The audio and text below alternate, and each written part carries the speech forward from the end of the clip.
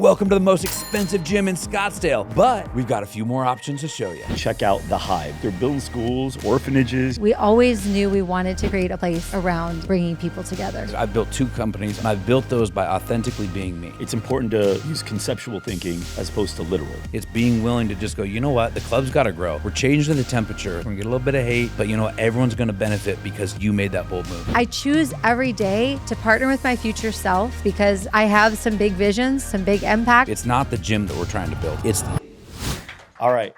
So the whole group got to go down to your studio today and check out the Hive, which is the gym that you have built. And you built it from the ground up. You didn't buy it, right? Or correct. Did you buy We it? started it from scratch. Okay.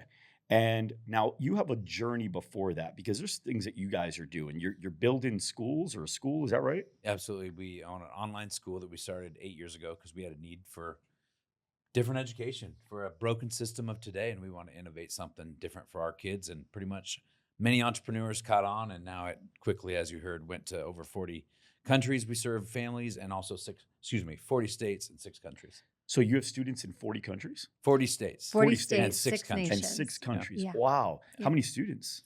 We're close to 250 currently enrolled in America, entrepreneur families, and then we tripled that overseas because we're a 1-to-1. So if you send your child to a school in America, to Valor, that puts a child through education in an underdeveloping nation. So Kenya, Haiti, Guatemala, Philippines.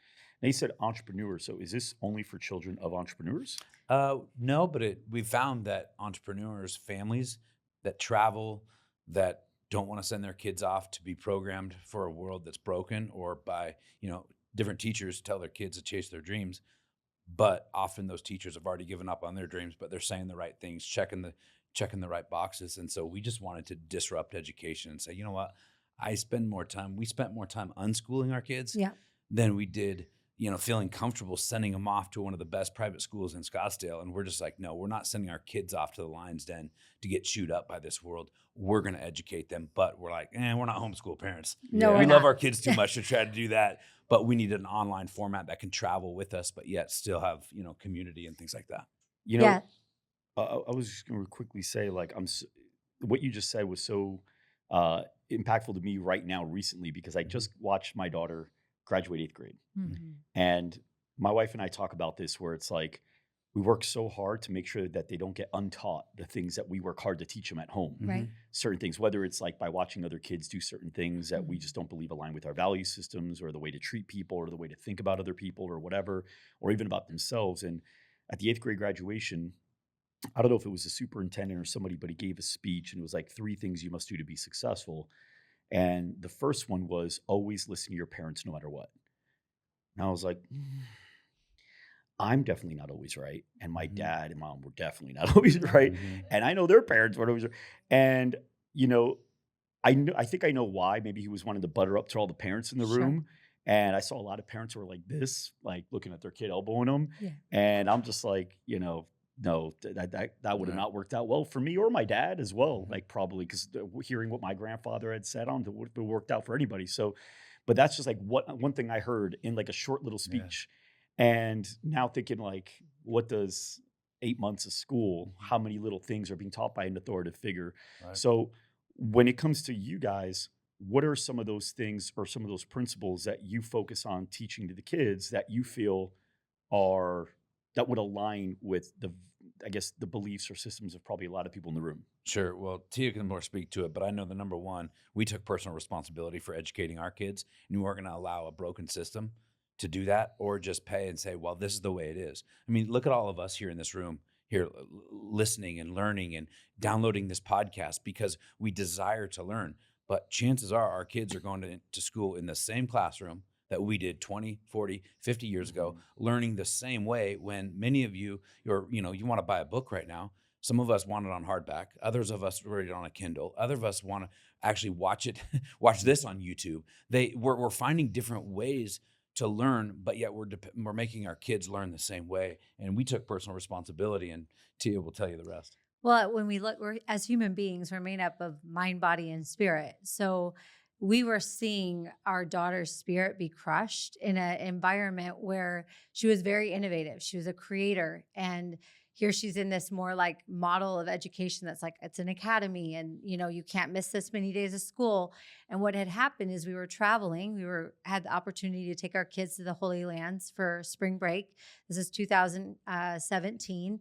And we got back to after spring break the night before they had to get back to school. So they came back to school. They were tired, they were exhausted, but we're like, you got to get back to school, right?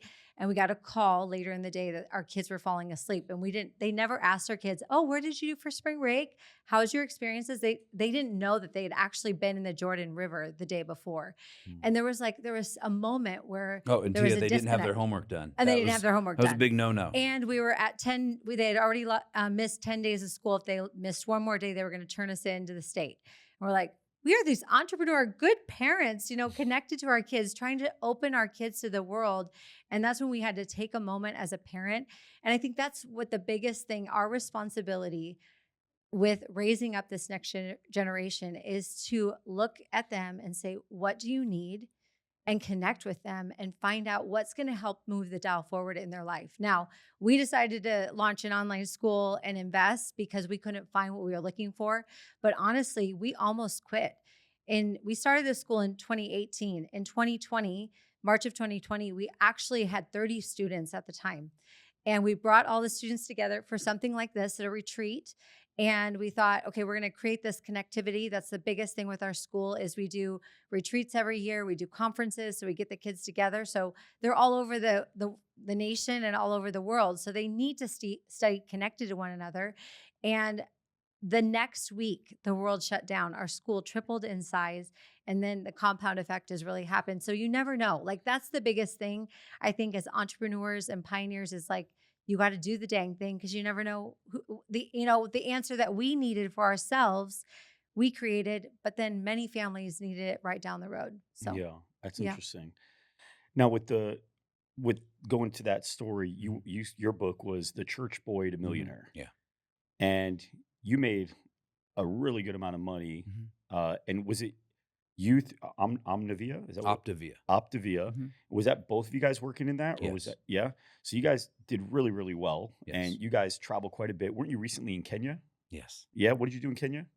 With our school, Valor Global Online, because we have an orphanage and a school, 500 kids there. And so we were Isn't this spending pretty time with cool, them. by the way, guys? Like what these guys are doing, like Yeah. they're building schools, orphanages. You guys are going. And here's the cool part. Now we're jumping ahead probably, but at the Hive, we have this thing called Weights and Worship. And you make a donation to our orphanage in Kenya. It gets you a complimentary workout at the Hive on a certain night of the week. That's our faith focus night.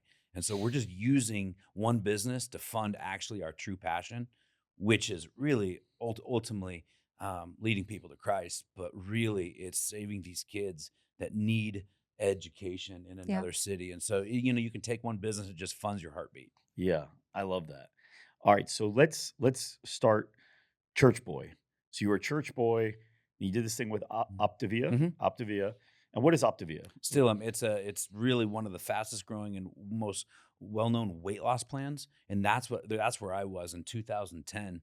I was what they might say literally broke, busted, and disgusted. But the moment I had was when I was passing out in front of the TV every night just from working so hard and honestly eating too much ice cream out of stress. And my kids were just they weren't being a dad. And Tia kind of looked at me and like, are you going to wake up and do something and take personal responsibility of your health? Like, I feel like we're losing you. And I did. I called a friend. I found something on Facebook and he introduced me to Optavia.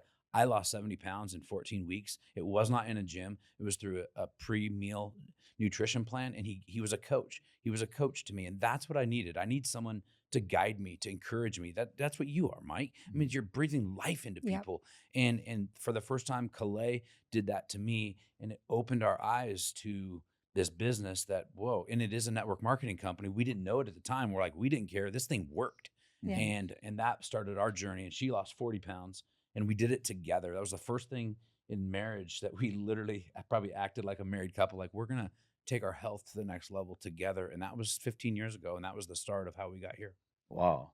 And now this facility that you have, you put what, like $10 million into that facility or 6 something? million. $6 million to $6 million in that I don't facility. know. All over the internet will tell you a different number. So Yeah, yeah. let's roll with 10 tonight. ChatGPT said 10. I'm not kidding. I might have heard that somewhere, but yeah. So okay, so you put still $6 million in the facility when the average gym's putting in maybe $1 million or less, right? So you put $6 million in, but it's so unique. You guys saw like the peach farm and all that, like, and the grass gorillas and all that stuff, and all the things that you're doing with like vitality and the Yep. restorative, all that stuff. What was the vision behind that? Like when you said we're going to build a gym, but it's going to, what was the blank filled in with? We wanted to create a one-stop for high-level people, for families that wanted to go next level. I mean, for us, we were zigzagging all around our city, tanning there. Yeah, I mean, I know not everybody wants to tan, but No, tanning's way you over have there. to Red in light. Arizona. There's so little sun, I and Yeah, know, we don't have sun. you just exactly. gotta, do what you gotta do. Red light therapy here, cryo here. I had my Botox girl down there, my hormone therapy over here. And we just kept thinking, time is money. And if people can get their time back, they can get their, and be in this environment, this ecosystem that they're elevating together. So we really wanted to create a country club of health, really that creates a melting pot for that new entrepreneur to get in the room with that high level executive that's like, killing it. Like, that's what's so cool at the Hive is like we have the gamut of, incomes, but they're coming to the table. They want to get better and they want to go next level. And so that was really the vision in the beginning, was just really community. We always knew we wanted to create a place around bringing people together. Tia, I think about that. You just saying that. I looked over yesterday and I saw my daughter in there working out. Now my daughter wants to do a show. She wants to push herself because we put her in environments like this. And she was working out literally side by side with some of the biggest players in Scottsdale. And I won't name drop, but it was really cool. It was the person that, and you can if you want, but it was the person that I met you the first time you came into Hive. Cole? And yeah. Yeah. And side by side, I'm thinking, my daughter is working out with Cole. Side by side in the same gym. My daughter is 20 years old. But guess what? She has to get in the room too. She has to earn her way in. You do not get into Hive without earning your way in by paying.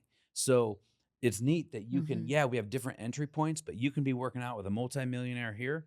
And guess what? You're going to be like, man, this is the most expensive gym membership I've ever bought. But you paid to get in the room. Because in big rooms like this, the temperature is hotter. Yep. You know what? The conversations are different. And we all know this. And so I love that, to where you got to pay to get in, but you might be working out. And then literally the deals that are happening in the Connect Lounge, literally a guy told me the other day, he closed a $400,000 deal right there on my pink sofa. He's like, Doug, I've never closed a deal on a pink sofa before. I'm like, big things happen at the Hive, baby. Now, what I will say, and we talk about this a lot at GSDCon. For those of you that have been there, you've heard me talk about it quite a bit, where it's important to use conceptual thinking as opposed to literal. So literal thinking would be like, yeah, but that's not our demographic, so I'm going to check out for the rest of this conversation, right? That's literal. Like if you don't do 1 + 1 = 2, I don't see value. Then there's conceptual thinking, where you're just like, okay, what's the overall concept? What are they doing? You guys found a specific target demographic, entrepreneurs. And it seems like with the school, you found a way to understand that demographic, what they're interested in. So that's yours. Now, for some people in the room, might be women that, are in their 30s and 40s and are dealing now with some hormone changes, and they got kids that are in sports and they got busy schedules. You might be dealing with younger people that are like in college and they're seasonal and they're in and out. Like, everybody has their own different niche of what you're working with for the most part. And so you guys found yours.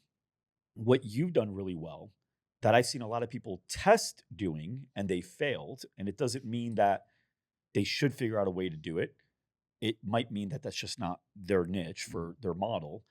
But you guys have actually done the influencer thing really well. When did you guys open? January 1. How many followers do you have on Instagram now?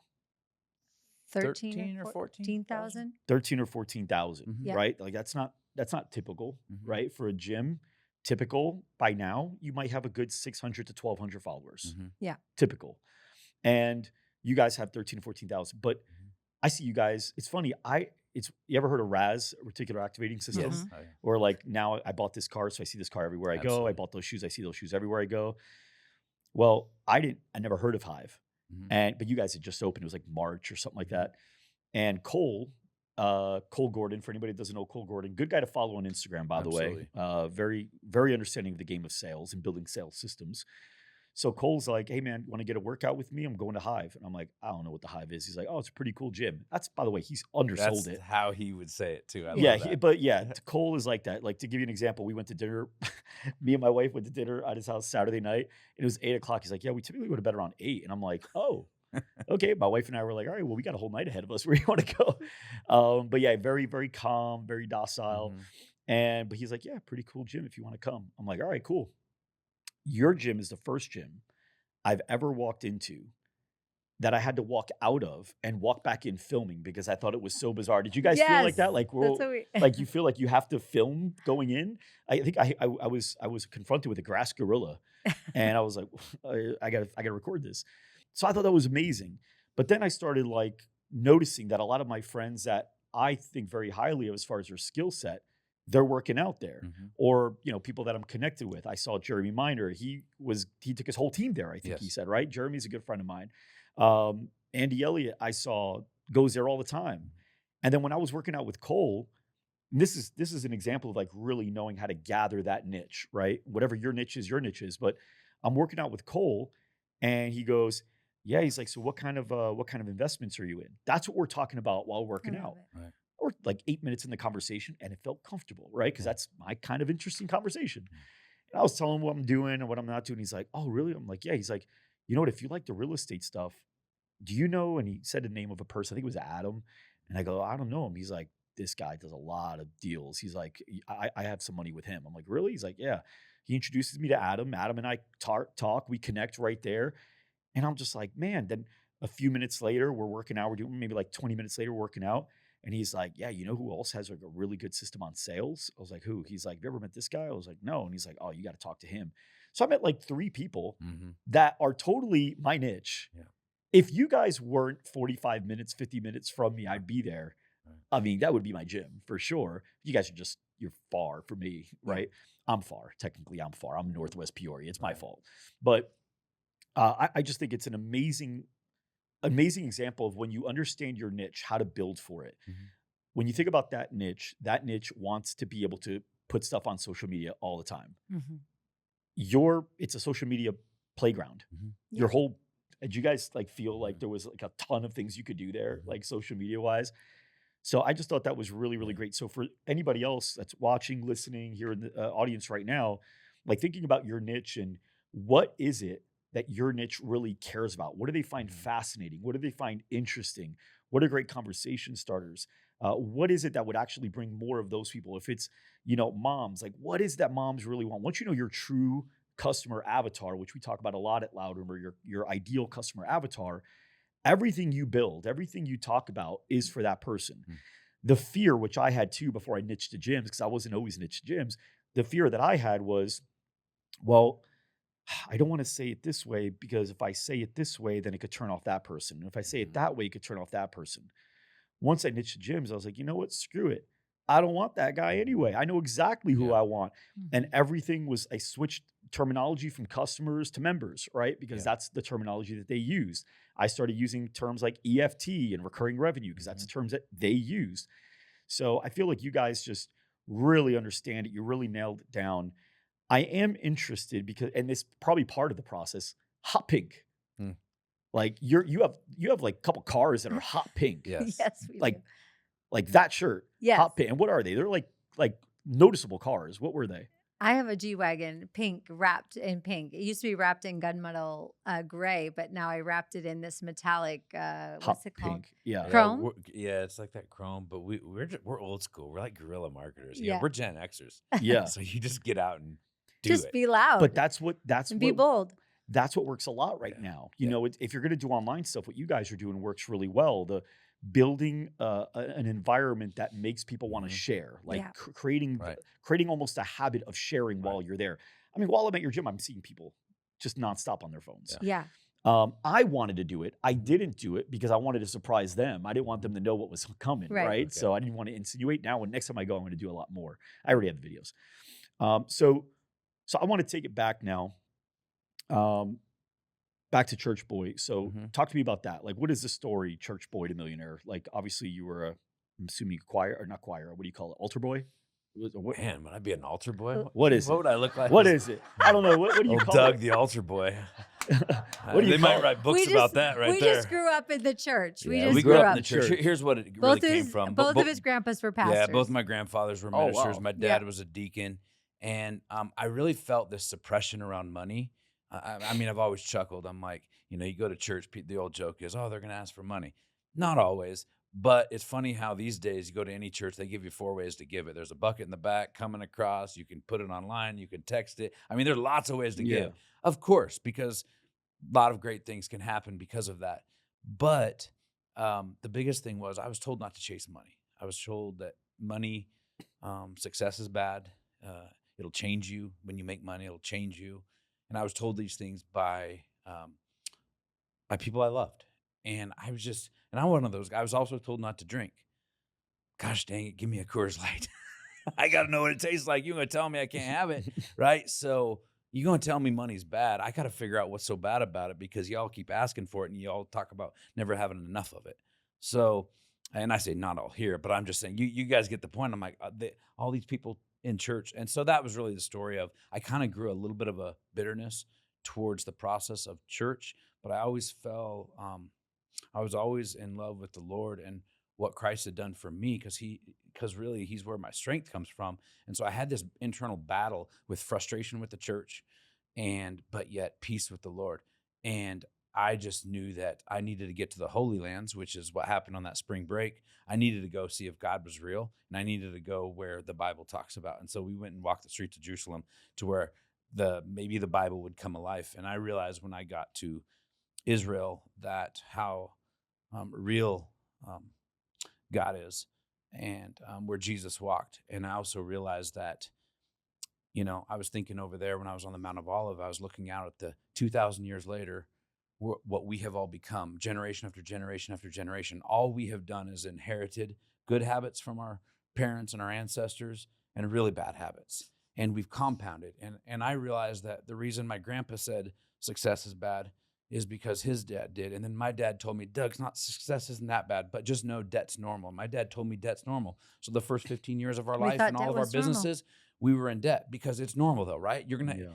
And so I bought these beliefs, and that was my book of breaking with generational curses, but also accepting the blessings of our families, but also choosing you. And that was my story of taking personal responsibility, extreme ownership, as Yaakov might call it, and get to work. And so that was kind of the beginning of that. And I launched that book in 2019. And obviously you guys made a lot of money with Optavia. Mhm. What would you say? Still do. We're Still still a do. part of the company. Absolutely love the company. That's in our the DNA. backbone But of who we we just are. wanted to start getting moving more towards recovery, fitness, biohacking, and so we needed to do our own thing in addition to Optavia. So we talk a lot about at Loud Rumor principles as opposed to specific tactics because a tactic Mhm. might only work in one place. Right. A principle can apply. I mean, you can apply that principle in your home. You can apply it at work. You can apply it to your health. It's a principle.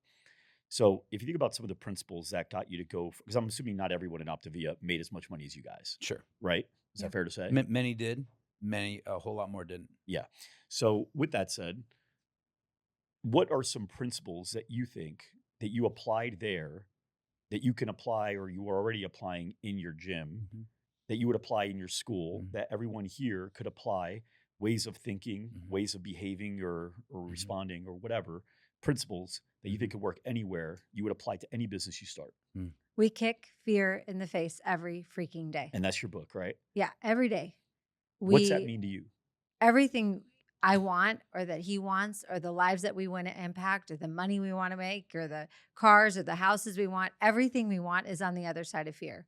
Fear of taking the freaking dang action, making the phone call, doing the follow-up, having the hard conversations. I mean, I had 3 hard conversations this week with some of our members that I had to own and take personal responsibility and say, I'm sorry, we messed up here. How can we make it better?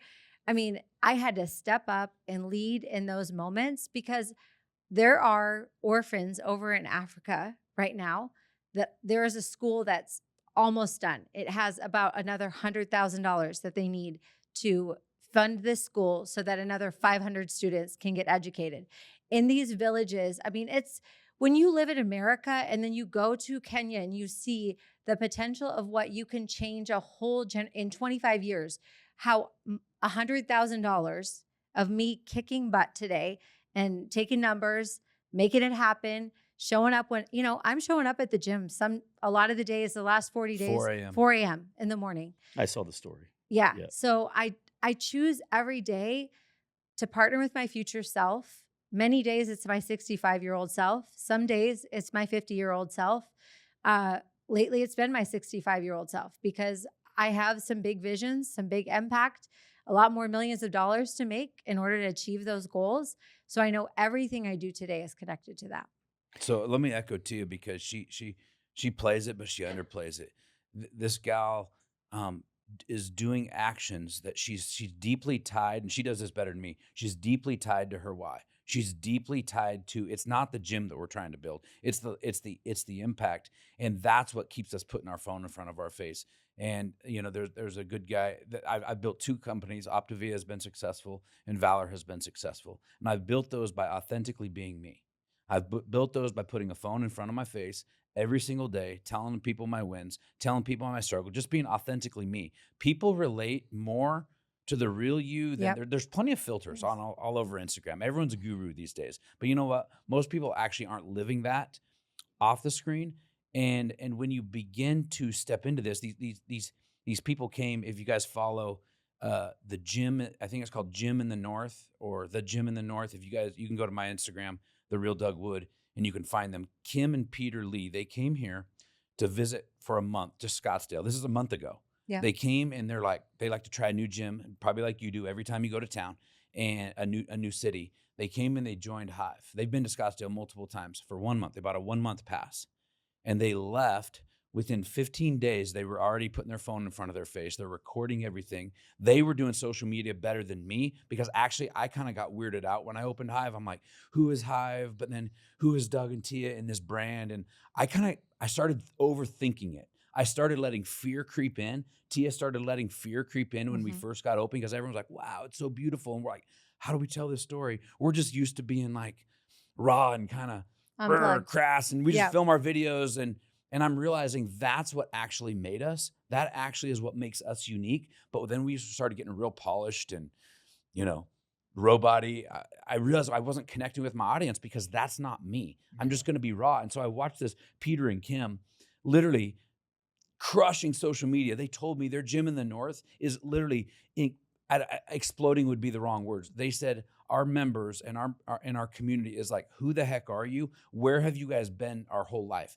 They made that tweak in 2 to 3 weeks because I'm like, you guys are awesome. And I'm like, I need to find you on Instagram. And they were like, no, don't go to our page. It's nothing like the Hive. And they changed it immediately. They hired a coach from the Hive, Mark Jennison. They hired a coach that they met in the Connect Lounge. And he told them a few things to do. And they're crushing it. When you say coach, I mean, what he does is he coaches people on social media? Yeah, I think he kind of has a little program of like 5 steps to becoming yourself. I don't know. Can I'm you making connect that me up, with him? I'd like to have him on the show. Yeah.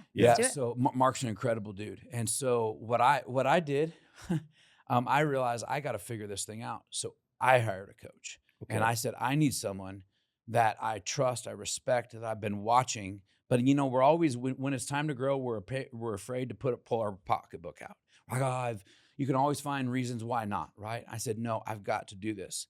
This guy had come in and checked out the Hive. And for some reason, we just connected. And his name's Scotty Scheller.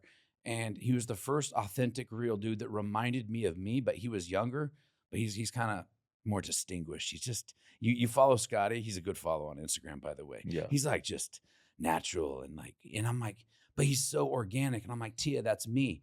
She's like, maybe we need his help. So I hired Scotty. He's in the room tonight, by the way. Where is he? He's right there. Look at him. The guy has literally. Scotty, is that how you talk? Do you talk like that? No,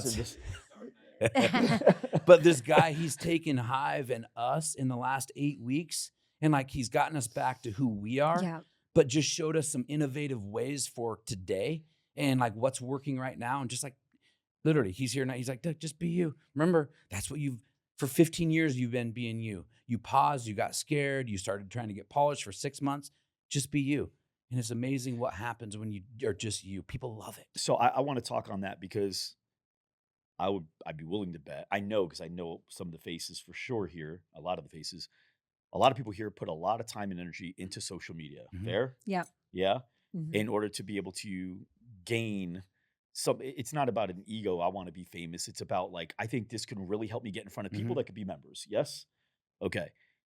What are some of the principles in that these guys can take away with? Like, what are some adjustments that they can take or some new ways of thinking? Like you said, be authentically you. But yeah, what are there any other things? Is it like a certain style of video that you do, whether it's with a member, with yourself? Is it a morning thing? Is it something you do at home before you like? What are some things that you've learned not only through watching other people Yeah. like your friend Yeah. do it successfully, Sure. but also through insights and seeing like, wow, this does work really well? I started getting scared that people were talking smack about the price of our gym. And they were like, this is never going to work. And again, I'm used to getting a lot of hate through the years. I know you are too, Mike. It's like people are going to always have an opinion until finally it hits different and it actually gets you when you're a little bit low. And I went on, some of our videos went viral on TikTok early on in January. And my daughter told me like, oh my gosh, Papa, TikTok's going viral. And I logged onto her TikTok and I'm like, dude, it is. I just want to know what people are saying. I was like, that's cool. That's cool. Like, oh man, I started reading. And what happened was I like, man, how do I navigate this? And then I started getting self-conscious of my own prices. And I was never like that. The shift I made is Scotty said, Doug, you're going to embrace it. So we did a video and where I open and he's like, it's all about short clips and a catchy, like, he can say it better. You need to have him on the podcast. He's such a brain. But This he's guy like, right here. yeah, exactly. Scotty, why don't you say it? What did he need to do? What is the hook, the vibe, what is it? At the end of the day, it's the hook that gets people, and you want to lean into who you are. You know, like if somebody's saying something about you, yeah, lean into it. You know, like be okay with it. So he said, Doug, you're going to come out and you're going to be right in the front of a packed gym and you're going to be like, welcome to the most expensive gym in Scottsdale. But we've got a few more options to show you. And I kind of go through like this little thing and it pissed people off. Brr, oh, the keyboard warriors just came out. But guess what? My members Defenders came out defended too. me. And guess what? So many people have signed up, become a member because of that. They're like, that's what they're looking for. They're like, complaining about all their gyms and how packed they are. Well, that's what you're paying for. You're paying for access to a bigger room. And so we've embraced, there's a couple new ads dropping in a couple days. We've just embraced we're the most expensive gym and we're proud of it. And man, it's working. Get edgy. Take a stand. You actually probably attract people because of that too, huh? Yes. That's interesting. Yeah, because Yeah. I could see that happening. We're pretty expensive, aren't we, Laurel? She's my business partner for one of my gyms. That's awesome. So yeah, we're pretty pricey for like what we do in that area, but we're in Greyhawk, so it's pretty. Yeah. I'm interested in seeing like how do we lean in a little bit. If people really think about it, the other thing about Hive is built on community, and people say that, but when you just described what's going on, is because most people think they're buying a gym membership. They're actually buying a mastermind. They're actually buying a network of literally the players in Scottsdale. And they be by the way, the gym's free. You see what I'm Right. saying? It's all how you look at it or what you compare it to. Well, and even in the gyms where it's like not entrepreneurs, they're also buying a mastermind. They just don't know it. Yeah. Oh, it They might don't. be They have no idea. Like, but then I'm watching. could be a negative mastermind. Yeah, I mean, think about It who could you're be. working out with. it could be. It could be depending on the culture that's Sure, in that the room. culture, right? Yeah, like I went into our gym recently, and I got to see the members hanging out. I even did like a seminar at our place, and I'm just watching. And I'm like, this. It was a little mastermind. Like they were all talking. They were sharing some stuff after. Mhm. I'm like, that's pretty cool. So it is a really. I just don't think they even have a word for it. So they just call it a community, right? Right. It's pretty cool. Okay, so I want to go back to the social media thing because Mhm. it sounds like it's something that you're really, really excited about. Mhm. Sounds like your friend already got really good results for it. You already are getting good results too. So give me some tangibles here. Imagine I've got my gym, which I do with Mhm. Laurel. What are some things that you would say, like, Mike, if I were to coach you based on what I've been coached on, these are some things that I would say, like, I want you to consider Mhm. when creating a game plan for your social media. Well, I'll swim out for 1 second and go, we're probably investing in what we value. Mhm. I didn't realize early on I invested in a lot of things. I really didn't put that much into the marketing because I depended that the gym was going to sell itself. If I have grass gorillas if Tia does her hot pink sofas, this thing's going to sell itself until, yeah, it's cool once they get here, but how are they going to know? So I didn't really put money into ads and doing this really well. I kind of mom and popped it early on and told the story, and I think it looked cute. It looked really good. It looked really wow. And so I realized I had to step up and start investing if it's important to us, or is there someone on the team that can do it? Or is there somebody on the team that shouldn't be doing it? But you're trying to, oh, maybe they can kind of do it because you actually don't value it. If it was a position, you would actually pay for it and you saw the value in it. So that's one area that we had to look is we have too many people on the bus, kind of checking DMs and helping us out and maybe creating a reel or two. That's not a social media strategy. That means you're like in the game. You're at like first base. Congratulations, you're on board. But really, we had to start taking authority and finding people to do it. But really, for us, we want to make it very natural. We want to be us. Scotty just encourages us to tell the story, have fun with it, be you, and that's what we're doing. We're used to that, but it's just in a new way. Wouldn't you say, Tia? I think the biggest thing that's made us successful over the last 16 years on social media is we just share our authentic story. We're talking to ourselves. Like when I'm looking at that green dot and I'm looking at my past self that's like needing encouragement to get up out of bed and get myself to the gym and needing tools how to feed my family healthy, and I wanted it, I just didn't know how. So I believe we have this opportunity as gym owners and as really the innovators in culture, because we're all going back to our small towns, our cities, to share what we have. Is there's people out there that just, they don't know how. Nobody's ever taught them. So we get to be that through social media, looking at that dot and telling them how to cook an egg, how to, put macros together, and how to, for us, like we're sharing our journey every day on social media What's about an our example working of a out. journey? Yeah. Let What's an me example of a journey? close that loop. Yeah. 7 years ago, right before COVID, that was the first time I ever stepped foot into something that wouldn't be considered a private gym, that I could, like a hotel gym that I could go in once in a while. I had such intimidation to go into a gym, and I'll never forget that. I wouldn't even go to Orange Theory. I thought Orange Theory was for like super advanced like athletes, like because all their commercials shows these amazing sprinters running the Boston Marathon. In my mind, that's what they all look like. What'd you find out? I found out wasn't. that Wasn't. that I'm farther along than most of the people in Orange Yeah, Theory at the time yeah. when I went in there, because I just ran around my house 4 times, a month. Yeah. So I went in there and I'm like, oh, gave me a little confidence. So one of the things that we are always doing is, first of all, talking about our own health, but really we're showing, even though, yes, the Hive is beautiful, there are, trust me, a lot of beautiful people. There will be 80 women there tomorrow doing a booty boot camp in the Peach in Farm. their booty shorts in the Peach Farm. Beautiful people of all shapes and sizes. And so we don't single out one size. We're actually showing all age groups. Our oldest member is 89 years old. It's so cool. Another members are in their 70s. We have 18-year-old young boys and everywhere in between. The lady that came in yesterday to get her InBody and saw the medical director, she's easily got 150 lbs to lose.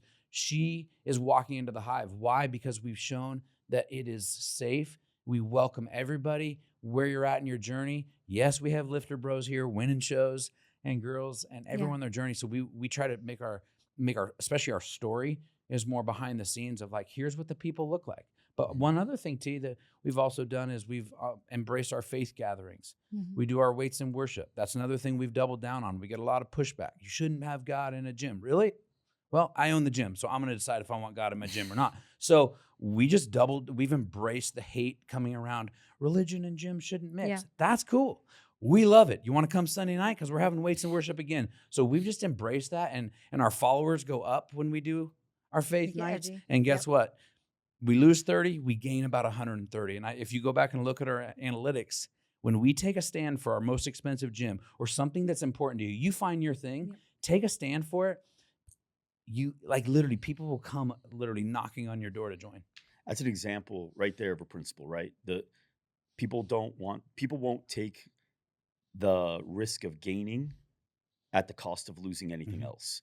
So entrepreneurship is all about taking the risk on putting money to gain more than what you have, but I might lose money. Right. so they don't want to do it, right? Same thing with like paying a coach Yeah. or going to an event, right? Like how many times buying a book, right? Because, oh, but it's going to cost me this. Mhm. Yes, but like remember the goal of it. That's right. With what you just talked about with the followers, Yeah. when you double down on what you believed. Yeah. Now, a lot of people won't, Yeah. because they're thinking of the 30 they might lose, Mhm. as opposed to going, yeah, but like the even if it was 30 to 30, but the 30 that I gain are aligned with my message, not just following a cool gym. Yep. Yeah. Stronger. It's a stronger. It's a better replacement of the 30. Yeah. Right. So that's just an interesting principle. Is like, am I afraid? Am I not gaining because I'm afraid to lose something along the way? And is my attachment to what I have costing me what I want? Mhm. That's right. That's right. So much is on the other side of that fear and that limiting belief that you think, but what if those 30 people that you're holding on to are the very thing that's like weighing you down from going impacting 3 million? Yeah. You know, I had that in Oregon when we were starting our coaching. I mean, I had 30 women that I was doing Bible study every week with, and they did not like me getting healthy. They did not like me losing 40 pounds. It got them super uncomfortable. They wanted to eat their donuts. They wanted to, and I had to either be willing to let go and run up ahead. Mhm. I mean, it's scary to do Mhm. that. But you know, when Doug talks about like getting himself into Orange Theory, we have to be thinking about the clientele. It's not all the bodybuilders. There are people, everyday people that are out there that literally want to come into our gyms. Well, we just have to welcome them. We have to say, come to the table. And so when I reflect back on leaving that circle at the time, it was super difficult, but it was lonely for a season. But look at the life that we have now today. And some of those people did come along Mhm. down the road 7 years later and like, oh yeah, I'm ready to lose that 50 Yeah. pounds. Yeah. So that's always my encouragement is step over the line, do the dang thing, do it afraid, and be willing to let go of good so you can grab a hold of great. I love it. I love it. That's first line in the book, Good to Great. Is good as the enemy of great. Mhm. Amen. It's a cost. And Yep. and that shows up in our members right now. Yeah. That shows up in your members because most of us deal sometimes with 3 to 5 members and we don't make changes that we know the club probably needs to make because, oh, they've been here so long or we're going to probably hear it the loudest. It's being willing to just go, you know what? The club's got to grow. We're changing the temperature at this club. We're going to do something about it at this studio. And you know what? Yeah, we're going to get a little pushback. We're going to get a little bit of hate. But you know what? Everyone's going to benefit because you made that bold move. Yeah. I agree. Yeah. I know you guys can't come to the event on Saturday and Sunday. Maybe you can come for a little Mhm. bit. Yeah. Scott, are you able to come? Huh?